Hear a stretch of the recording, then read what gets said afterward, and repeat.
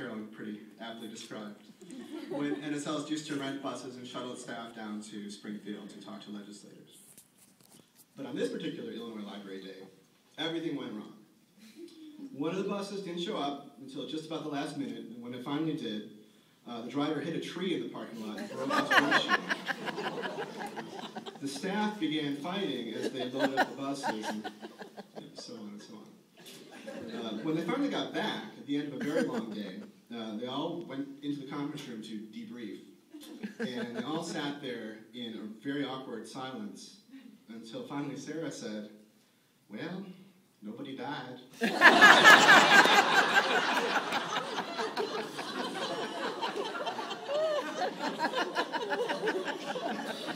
I think of Sarah sometimes like the Kira Sedgwick character on the cop show The Closer.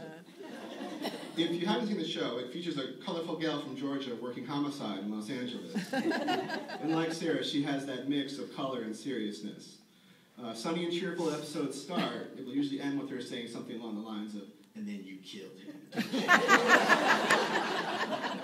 Neither aspect is insincere, they just exist simultaneously.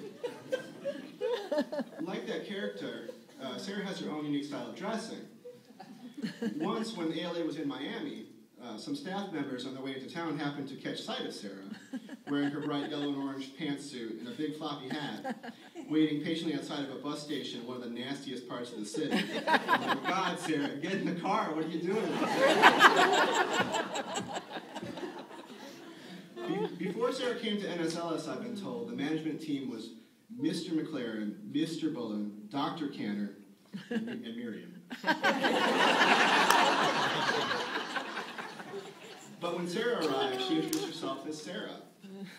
This isn't to say that there was any doubt that she was in charge, it's just that she didn't need to prove it by having us say, "Master of all masters, get out your barnacle." Sarah let people be themselves. Elvis posters, Halloween costumes. Sometimes just when I'd all but given up hope, I'd get just the right non-work-related message from Sarah. "Here, I think you'd like this poem," or "Here, you should talk to this person."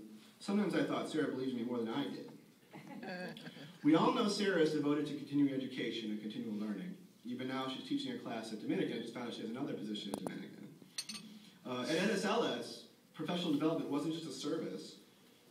It was a governing principle. It's not a coincidence that NSLS's knowledge management experts, application architects, and system engineers, I was the application architect, all started off at NSLS in administrative roles. It was always Sarah's goal that NSLS's member libraries be able to do for themselves, not have the systems do for them. This goal looks all the more prescient in 2010. At first I was asked not to mention the recent financial troubles that have severely hampered library systems, but then that got me. And it's good because that would have been difficult. To toast her, I thought it would be like toasting Captain Sullenberger without mentioning his landing in the Hudson River. I won't dwell on it, but I do want to say something about it. You may have heard or read that NSLS somehow manages money irresponsibly in the days leading up to the drastic reductions. And I'd like to say that I think this is non-true rather than merely being untrue. The system's promised funding never came, not until it was much too late, and the ship was very near to running aground. And I don't see what possible good would have come out of drowning the sailors, too. Lucky for us, Sarah was never that type of captain. She made extremely difficult decisions under enormous pressure, and should be toasted for that, if nothing else. Throughout the world, and certainly throughout history, governments have gone to great effort to keep information from their citizens. And here, we have buildings in each town or district designed specifically to get information to our citizens. So I would like to say that I think a career spent in service of libraries is one well spent. The day will probably not come when the people of our state say, "Oh, we made a huge mistake by cutting the heart out of multi-type library systems." But that doesn't make the contributions that Sarah made any less real or any less valuable or any less lasting. Statues are for dictators and war heroes. Others of us will have to be contented with different types of legacies. In my opinion, if that legacy is introducing just one young person to Ramona the Pest or Lord of the Rings or Are You There, Godspeed Margaret, it's a pretty good legacy. Okay. Well, Sarah started out as a children's librarian, and she probably did that more times than she could count. But in her work at NSLS, she's powered and multiplied and accelerated those interactions. It's hard for system workers to always see because there's a level of abstraction that sometimes obscures the effect, but it's important to remember it's still there.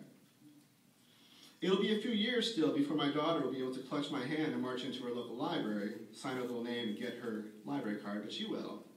That day will come. But for now, for tonight, we drink.